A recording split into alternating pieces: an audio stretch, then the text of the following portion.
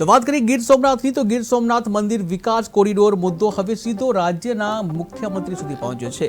પ્રભાસ પાટણના રહેવાસીઓની 384 જમીન મકાન અને મિલકતોના જંત્રી ભાવ સાથે થનારા સંપાદન સામે વ્યાપક વિરોધ ઉઠ્યો છે।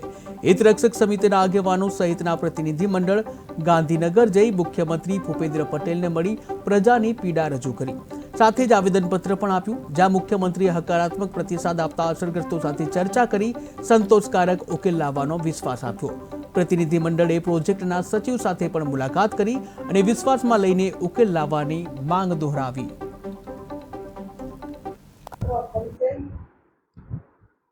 હું હેમલ ભટ્ટ તીર્થપુરોહિત સોમપ્રા બ્રાહ્મણ સમાજનો પ્રમુખ અને પ્રભાસ પાટણ હિતરક્ષક સમિતિનો અધ્યક્ષ।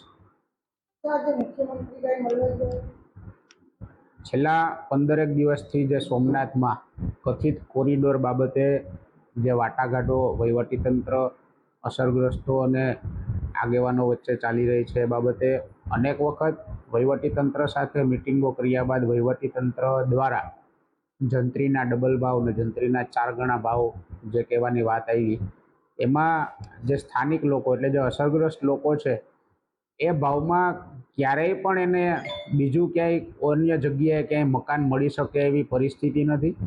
સોમનાથમાં વાત કરીએ તો જે જગ્યાના ભાવ છે એ બમણા કરતાંય વધારે થાય છે, એટલે એમાં આ સરપંચ બાલાભાઈ સામડા, પ્રભાસ હિતરક્ષક સમિતિના ઉપાધ્યક્ષ।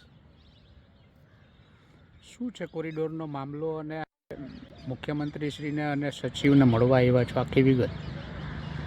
છેલ્લા 10-15 દિવસથી તંત્ર દ્વારા ગામ અને તંત્ર દ્વારા એકબીજાને ફોન કરીને બોલાવવાનું થતું હતું।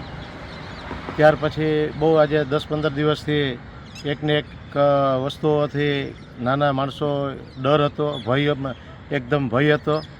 ત્યાર પછી ગામે મળી અને પ્રભાસ હિતરક્ષક સમિતિની રચનાઓ કર્યા બાદ ઘણી સમસ્યાઓ આવી, તંત્ર દ્વારા આવી। 4 વર્ષ પેઢીની રહેણાંક છે, અમે છોડવા માંગતા નથી અને કોરિડોરની સોમનાથ ટ્રસ્ટને કોઈ જરૂરિયાત નથી। એ લોકો પાસે સફિશિયન્ટ જગ્યા છે જ, સાંકળ હોય ત્યાં કોરિડોર કરો એ બરાબર છે, અહીંયા કોઈ જાતની સાંકળ છે જ નહીં, છતાંય બધે સરકાર દબાણ લઈ આવીને બધાના મકાન લઈ લેવા માગે છે, એ મંજૂર નથી પ્રજાને। અને નોટિસ કે કાંઈ આપ્યા વગર મકાન પાડી નાખે એ બિનકાયદેસર છે। કાયદેસર નોટિસ પહેલાં મળવી જોઈએ, ને મળે તોય અમારી જમીન તો આપવી જ નથી, ગમે તે થાય તો। અમે ભોયવાડામાં જ રહીએ છીએ। પેલા સરકારના માણસો બધા ટ્રસ્ટ વાળા આવે છે અહીંયા, વારે ઘડી અમને હેરાનગતિ કરે છે અને એમ કે આધાર કાર્ડ આપો, પાન કાર્ડ આપો, બેંક બુકની ઝેરોક્ષ આપો તમારી, અમે એમાં પૈસા નાખી દઈશું। એકાઉન્ટ નંબર માંગે છે।